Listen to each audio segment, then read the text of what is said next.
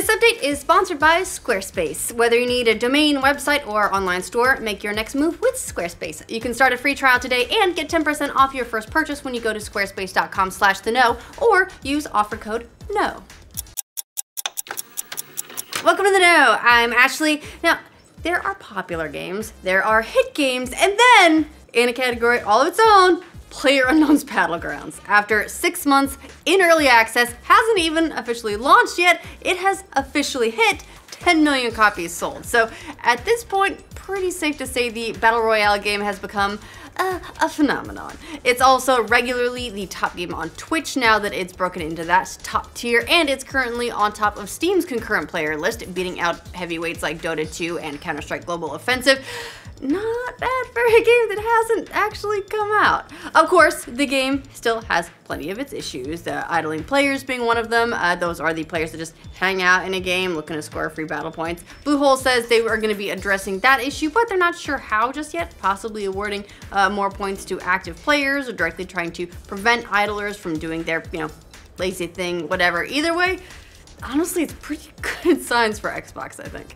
The Switch has been a bestseller pretty much everywhere, but you know who didn't think it was going to be a hit? The Pokemon Company. Yes, CEO Tsunekazu Ishihara apparently told Nintendo before the console was released earlier this year that it wasn't going to be successful. Ishihara told Bloomberg, "I thought that in the age of the smartphone, no one would carry out a game console. It's obvious I was wrong." Honestly, it takes a lot to admit you're wrong when you're the CEO of the Pokemon Company who told Nintendo that they were gonna bust. The Switch's popularity is one reason why Ishihara's company is developing a Pokemon game for the console, and he shed a little bit more light on what it might look like. He told Bloomberg, "With the Switch, we see it as a chance to create Pokemon that goes deeper and with a higher level of expression. As a result, that makes it an extremely important platform." I'm glad he learned his lesson, and now I'm super excited for Pokemon. Speaking of the Switch, it's no secret that the console doesn't have a whole lot of memory. That's one of the weak points of it for sure, and some upcoming games are straight up saying, yep, you need a microSD card to play all the content. The box art for NBA 2K18 notes that a microSD card is required to play the game, and that's not huge surprise. The Switch only launched with 32 gigabytes of internal memory, and about 4 gigabytes of that is reserved for the system's operating system. So Nintendo has been stressing micro SD cards from the beginning, which of course is an expense that goes above and beyond the console itself. Still, oh man, it feels like it's early in the console cycle to see games already saying that, nope, you need an add-on to play them. So, well, I hope you have one. Or you don't like basketball. Who will win the mid-generation console war between the Xbox One X and PS4 Pro? Even though the Xbox One X isn't actually out until November 7th, one analyst is already predicting it's going to come out on top. Michael Pachter says that the super-powered console will sell around 2 million units and thus will outsell the PS4 Pro. Still, Pachter isn't a huge fan of the Xbox One X. He has said he thinks it's too pricey at $500 to make much of a dent in Sony's overall lead this console generation. He's also the guy who is saying, hey, Xbox One X, Microsoft is saying it's the fastest selling Xbox console ever. Hold your horses on that one. So he's got a skepticism, but still, this is a good sign for Xbox. If there's a problem in your game, what do? You patch it, right? Well, not if you're the developer of Nier Automata. Sorry. It's been almost 6 months since the game has released, and it still has not received a patch for the PC. 2 months ago, Square Enix said they were still working on a patch to fix issues like the keyboard mouse control scheme, not to mention resolution issues and various bugs that were reported by the community. Not everyone is experiencing the bugs, but they are widespread enough to be a problem. Since that time, nothing. Which is leading some to believe that the game has been kind of quietly abandoned. Come on, Square Enix, you can't just leave this game to die. If this game has taught us anything, it's that robots have feelings too. And if Elon Musk has taught us anything, it's that if we make them sad, they will kill us all. The team behind Final Fantasy 15 still has lots of work to do, like its PC port and the upcoming Ignis DLC, but director Hajime Tabata said he's already thinking about what's after. Tabata told DualShockers that for future projects, his team is looking at the next generation of consoles, which, again, not a huge surprise considering that Final Fantasy 15 released relatively late in this console generation, and given how long it took to make 15, well, let's hope they get started on the new game sooner rather than later. First things first though, the game coming to PC early next year, gonna be moddable, everyone gonna be naked. Although Caden had the best suggestion for a mod, which I really hope someone makes, which is the Chocobros carrying the Chocobos.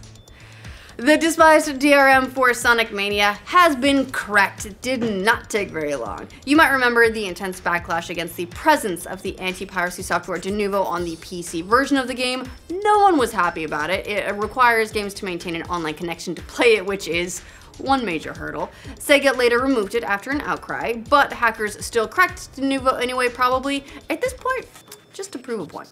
At this point, Denuvo is more famous for being quickly cracked than actually protecting games against being pirated. In Sonic Mania's case, it took 8 days. At first it was great, but it's that sort of escalating war where it just gets faster and faster and faster, and now Denuvo, which was the new hotness, is now old and busted. And it looks like those giant Yahoo hacks could be pretty costly for the company. A judge has ruled that the once giant internet portal must face lawsuits stemming from a pair of hacks that occurred a few years ago. Yahoo tried to dismiss a lawsuit, which is actually 5 class action suits that were consolidated, that stem from a 2013 hack that affected more than 1 billion users, so probably you, and then another a year later that affected at least 500 million accounts. That's a lot of people. Yahoo tried to dismiss the lawsuit on behalf of account holders who had their information compromised, but in a recent ruling, a US district judge said that the suit can go forward. The hacks already have had a pretty major financial impact on Yahoo. After they occurred, Verizon, which was seeking to buy the company, cut its asking price by $350 million. The purchase still did go through though, and Verizon ended up buying it for almost $4.5 billion in cash. So that kind of money, yeah, a couple $100 million, what is it? But that's still a pretty big dent. The director of The Last Jedi gave us just a tiny bit of information about the role that the mysterious Snoke will play in the upcoming movie. Of course, you'll remember Snoke in The Force Awakens as the leader of the First Order and the mysterious supervillain who trained and advises Kylo Ren. Director Rian Johnson told Empire magazine that the new movie won't delve into Snoke's backstory. Johnson said, "He's a dark force, the scary thing behind the thing. That was entirely how I approached Snoke. I wasn't interested in explaining where he came from or telling his history, except where it serves this story." But Johnson did say that we can expect to learn more about Kylo Ren. He said, "We can all relate to Kylo, to that anger of being in the turmoil of adolescence and figuring out who he's going to be as a man, dealing with anger and wanting to separate from his family. He's not Vader, at least he's not Vader yet, and that's something I really wanted to get into." Yeah, everyone does stuff that Kylo Ren does. I will just have to wait a bit longer to learn more. The Last Jedi hits theaters December 15th, which feels like it's far away, but we are now solidly in the holiday window, so it's coming quick. Reviews are in for the horror thriller It, and it looks like critics are really into scary clowns. The movie has a 96% on Rotten Tomatoes and a score of 71 on Metacritic. USA Today said that the infamous clown Pennywise is plenty freaky, but it's the young kids bursting with hormones and one-liners who make it one of the better Stephen King adaptations. Meanwhile, Richard Roeper said the movie carried me along from the opening frame, rarely missing a beat. Not everyone was a fan though. The Chicago Tribune said, "What do we have here really? We have a story that feels not so much freshly imagined as dutifully recounted." So yeah, a couple of different opinions there, but overall very positive. The movie hits theaters on Friday. I've agreed to go see it this weekend and I'm terrified because I'm a sissy and I can't handle scary movies. Good news, fans of black holes. Scientists have found a real big one. Really big. It's gonna eat us all. Astronomers think they found one that's 100,000 times bigger than our sun, known as a supermassive black hole inside a gas cloud near the middle of the Milky Way. And well, that's a pretty impressive discovery considering that black holes don't emit light. That's kind of their whole thing. Scientists don't know why so-called supermassive black holes are so big, but astronomers think they may form out of the collapse of gigantic clouds of gas when galaxies initially are born. One black hole researcher thinks this black hole was once in the core of a dwarf galaxy, which was then cannibalized by the Milky Way, kind of like how sometimes one twin will eat another twin in the womb. So, lesson learned, don't go on remote vacations with the Milky Way because if you get stranded, it will resort to cannibalism. Alright, that's all the news we have for you right now for this roundup. Let us know what you think of all these stories in the comments down below. To make sure you get news from every corner of the internet every single day, like this video. If you're new to this channel, make sure you subscribe to The Know. Shout out to Squarespace for sponsoring this update. Look, everyone needs their own corner of the internet, and Squarespace can help you make sure you've got a good one with their award-winning website templates. Plus, you don't have to install anything, you don't need to patch anything or upgrade anything. It's all taken care of, and there's support available 24/7 if you have any questions on how to get the most out of your website. So whether you want your next move to be writing about video games, and that's how I got into E3 my first time, is I made a gaming website and I wrote about video games, and they're bam, I had credentials. Or if you want to write about comics, or if you want to showcase a creative portfolio, whatever it is you want to do, Squarespace has you covered.